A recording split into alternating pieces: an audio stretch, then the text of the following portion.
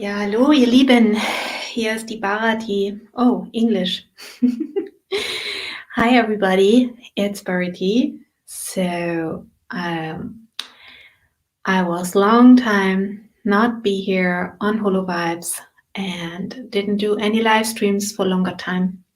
And some of you saw me going into deep retreat, into, completely stepping back from the outside world and slowly coming back. And one thing I absolutely realize in this time, how I always said, we don't know anything at all. We don't know. We don't know what the world is really, right? And that's why saints in the Himalayas, they're meditating. That's why people go into retreat to find answers. And it's not unusual that, Indian saints say, for example, that it can take lifetimes until you find out. I think one of the most heartbreaking things to find out is in what cruel world we live or can live. And also that happens if we don't learn to put boundaries. For us, healthy boundaries. And also when we kind of been stuck in feeling very insecure or, kind of being not strong enough in our energy and our decisions. And then we are very easy to be played with. And I think that happens on a global level, but that can happen, of course, for everybody individual.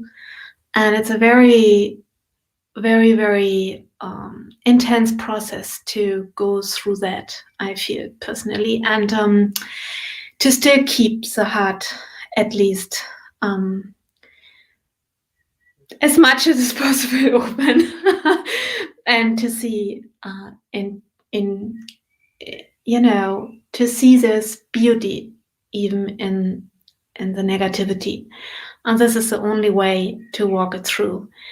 And I don't know how you guys are, but I feel many people in the world feeling the same right now, going through different stages of awakening, also not awakening, also heartbreak, of feeling cheated, even cheated by life. But also, what can we do? And I think one realistic thing is the mind always tries to find a way out. The mind is always prepared to find solutions. So when we are in depression, for example, we want to find a way out. We want to find a solution. So many, many years ago, when I had one of my first enlightened experience, I had that experience that I wanted to find a solution and I couldn't. This was already over 20 years ago. And very, very long ago. And at that time, I had a teacher, and that was before I went to India. And he said he studied with a lot of Zen masters. And he said, just think about what would be if you don't have a solution for it. And you just walk with that. And you just walk with this idea. So what if I don't have a solution? And I just remember doing that, but this was on a different level than it is now. But so maybe it helps you guys if you have something you cannot solve, because in my experience, we cannot solve every problem as much we love to do that. And I remember walking through the garden and just thinking about my heartbreak and what I wish to solve. And I was just thinking, okay, what if there's no solution? What if there's no solution? And it went on and on and on and on. And my mind was just spinning. And of course, I was trying to find solutions. Of course, I was not giving up. But then, finally, there was a kind of a higher state or something where I felt like, okay, yeah, then there is a higher level, and on that stage there might come in some acceptance. For the human heart, it's very important that we kind of not freeze completely up no matter what. And I'm just praying for the world that no matter what's happening on this earth, that the humanity and the love and the real caring will be not lost. I think personally it will take maybe 20, maybe 100 years, maybe 500 years until a super big shift can come, and until really the earth will be like many humans love to have it. Until then, what role we can play or have to play, or we have to accept what's happening on the world, what's happening with us, what's happening with the souls, is something only God can understand. It's something between us and God. So sometimes to go within the retreat with that and to go into complete silence with that is something which kind of is a very, very, very, very deep thing, right? And yeah, I mean, it's not for nothing that many saints and sages go into the caves in the Himalayas or somewhere else and just kind of pray it through. I personally wished I would have done that decision. I was at a turning point in my life when I met my husband. And before we were married, I was invited into sadhu life completely, like staying completely in India, but still there. Is there escape for illusion? Is there anyhow an escape for illusion if it wants to catch your soul? I don't know. It is for each soul on this planet right now a big test on the soul strengths, on their heart strengths, and also on a big realization they have to do for themselves. No matter where we're going through and what we're turning to and what's happening, one thing is super important, that no matter how much darkness is there on this planet, how much heartbreak and how much negativity, what I absolutely believe is there's always light in the darkness. For example, in the darkness retreats, you cannot, it's not possible, you cannot see everything completely dark. There are people who saw everything completely dark,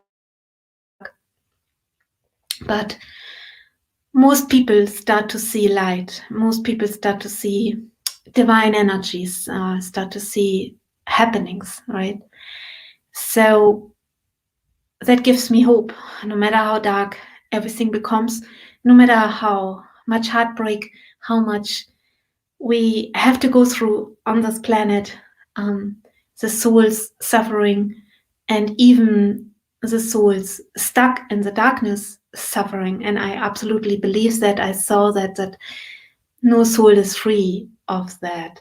That, that sometimes remembering that light might help to bring that shift over the time. And I remember also with one of my first gurus I had said, actually, he said it will take 500 years. If there was a chance to shift something around. We had a Shiva lingam with the alahala inside. Alahala means the poison of creation. It was a strong Shiva lingam with a high level on alahala, means the poison of creation, the ones Shiva is holding in his throat. And we had to do a process with that, and that process was not successful. And I remember him saying it takes 500 years from now until we have standing again together and trying to make this world of what we want to do it, and to turning this alahala into liquid of immortality, of beauty, of a goddess, of truth, of divinity.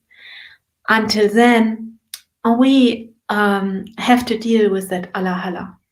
Alahala is the poison of creation, which turns the throat of Shiva blue. So 500 years, right?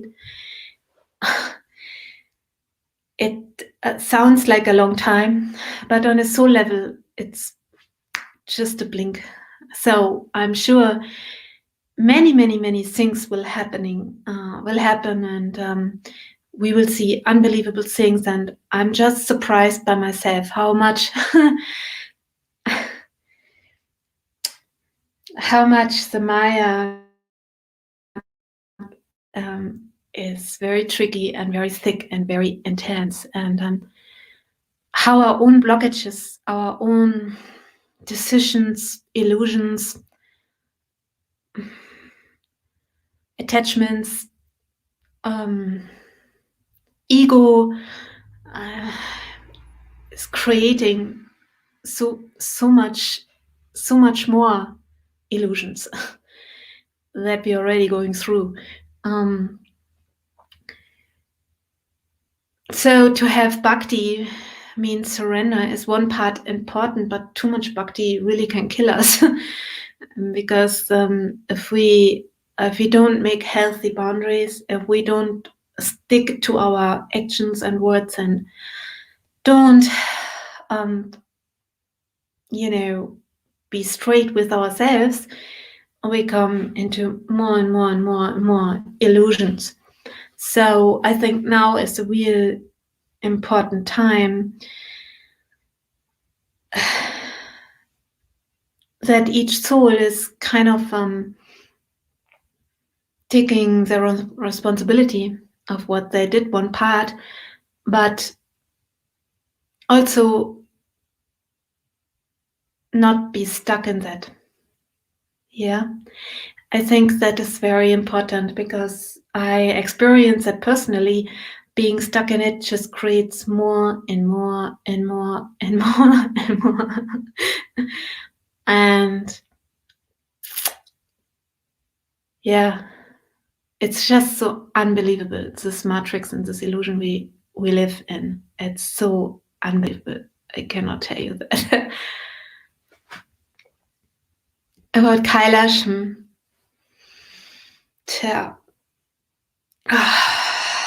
about the kailash.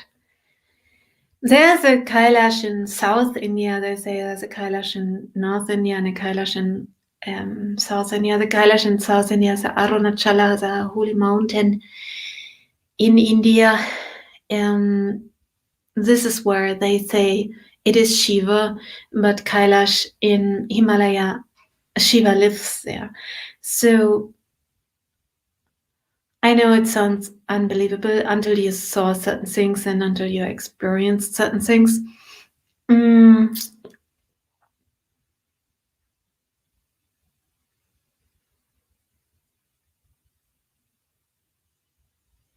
Yeah, what can I say? Shiva is silence. So actually, my soul loves silence, very much so. It's not very compatible with that busyness of the world. So many many souls love to go there and just sit in silence and just be in that energy. So there's a very, very powerful lake, the Manasarovar. This lake, there, the real energy is hidden. Not everybody can go there. Even when we go there, it's very intense to go there from the energy, but also for the body. There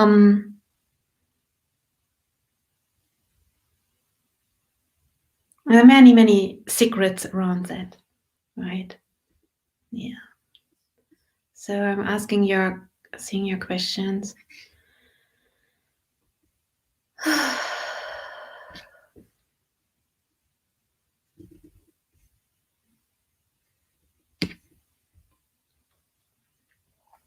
Hey guys, please advise. Seeing bright purple like electric energy in meditation turns into purple tunnelless black holes till it's so bright.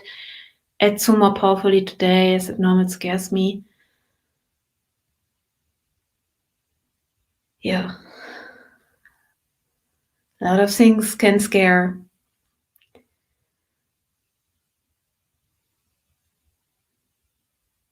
Just pray. Just pray.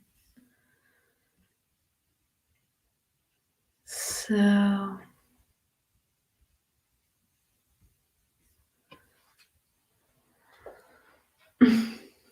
how spirituality relates to our health. Yeah, I mean, this is see, sometimes the soul is tired. Yeah, sometimes the soul is tired. I had experienced a time recently where my soul was so tired, and I felt like my energy is going down and preparing finally to also go even. And as longer you feel like this, you can feel that in your body. But that is not unspiritual. It's a very spiritual process. So when you decide you don't want to stick on this planet, your life force in your body, you can bring it down on will, and you can also bring it up on will.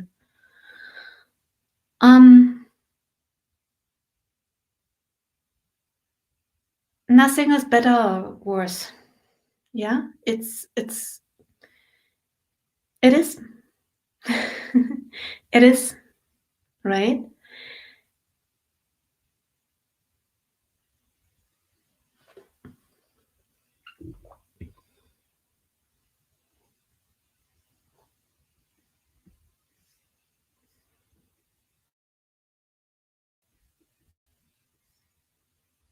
Wonder why somebody would keep doing what scares them, right?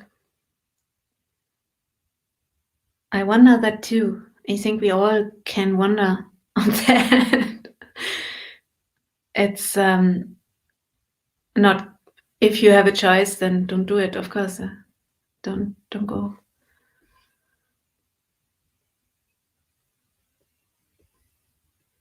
So I just want to tell you guys what I feel is very, very important in this maybe 500 years. I don't know how long it will take. And no matter what we go through, I believe that our soul is much more than that. It's much more even than God or the devil. Because even, if we think the negative energy, a devil is even created by God, how he can have how the negativity can exist without getting permission by God. So, and we should never forget that nothing is forever, not the good and also not the bad.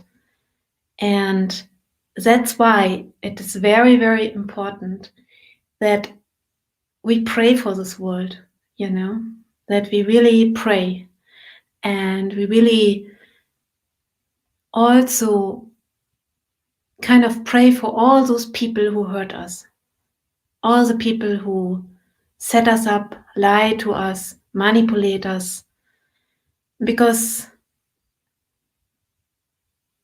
I absolutely believe that the love is the only thing that that gives us the energy to overcome, the love in ourselves, the love in our soul, the love in our heart. And when we see this world changing, and when we see things we cannot really explain, or we cannot really point the finger on, and we have feelings too, then we have to trust our connection. And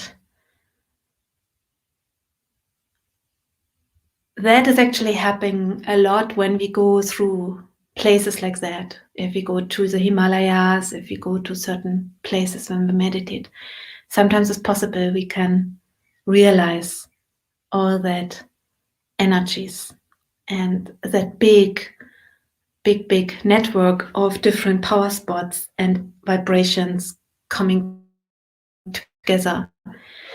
And what I realized also, staying 10 years in India fully and another years of going back and forth, this energy is attached to our soul, if we want it or not. So once certain energy is attached to our soul, even if we try to run, it's very difficult to run. So it's very important that you look for good things in life, that you make yourself happy, that you see good things, hear good things, feel good things, and to choose very, very wisely.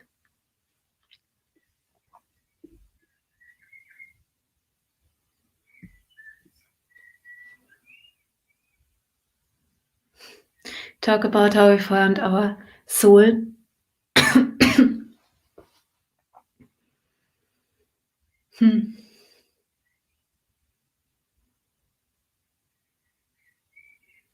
I think we have to be very cautious of what prayers we put in our lifetimes. When we want to know everything, if we feel we want to understand creation, you might put on that path that you one time all of a sudden you start to understand creation. And there are souls on holidays. There are souls who have very nice life and they have it very easy. And I heard every 8 life, I think 7 or 8 life, you have a life like to relax. I would seriously recommend those lives for all souls right now. But I think many of us are in a different stage now, right?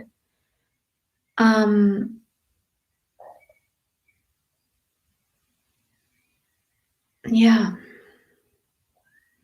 I think you have to ask. So, for example, in my soul, I always ask, I want to know the truth, I want to know the truth, I want to know the truth. So once I'm slapped with the truth, how I can complain on that then, right? So be a little careful what you're asking. And also, I think what the world really needs is a soul purpose from people who's serving the world in a beautiful way. Selflessly, without intentions behind it, and with very beautiful vibrations. I think that is what the world needs, and this brave souls who stick to the light no matter what. And I hope that there will be many souls who can do that and can handle that. And as I said, maybe it's more than this 500 years, but it makes, now looking back, sometimes life can only understand by looking back. It makes so much sense, so many things I heard and felt, and the alahala. And it's a very big thing to change the planet, or to switch something around which is there for thousands of years. It will not just happen like that. So, and sometimes you might have to look into something to understand what is that really all about. That is what I think.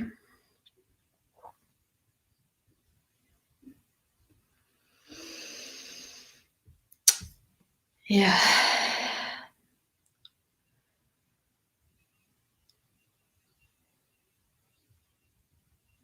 Any questions before I stop? And even with all I'm trying to tell you, is still, I want to say,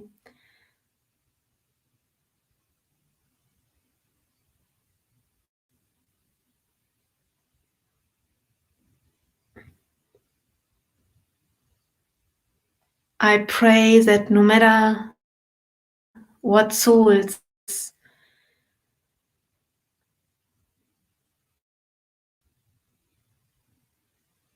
creating and in charge, and I hope that the spark of humanity will never be lost, otherwise everything will be lost. So that is so important. And what you can do, everybody, is pray for that. Pray for that love and that real light in the darkness. And that we finally create an earth here, or that God can create an earth here, which is happening on many different places. In different many heavens, different levels, it's happening already, but not yet here on earth. That they're vibrating much more higher and be real in truth, and where they're very different laws. And may there be justice one day for all the souls who had no choice.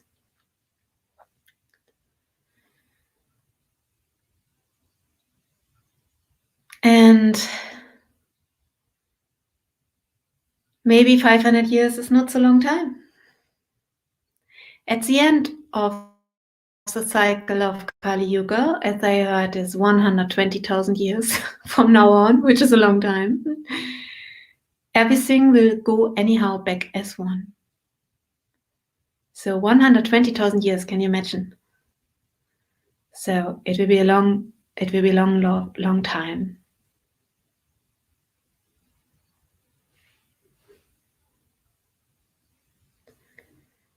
So sending you all good energies. Take care, everybody. Bye.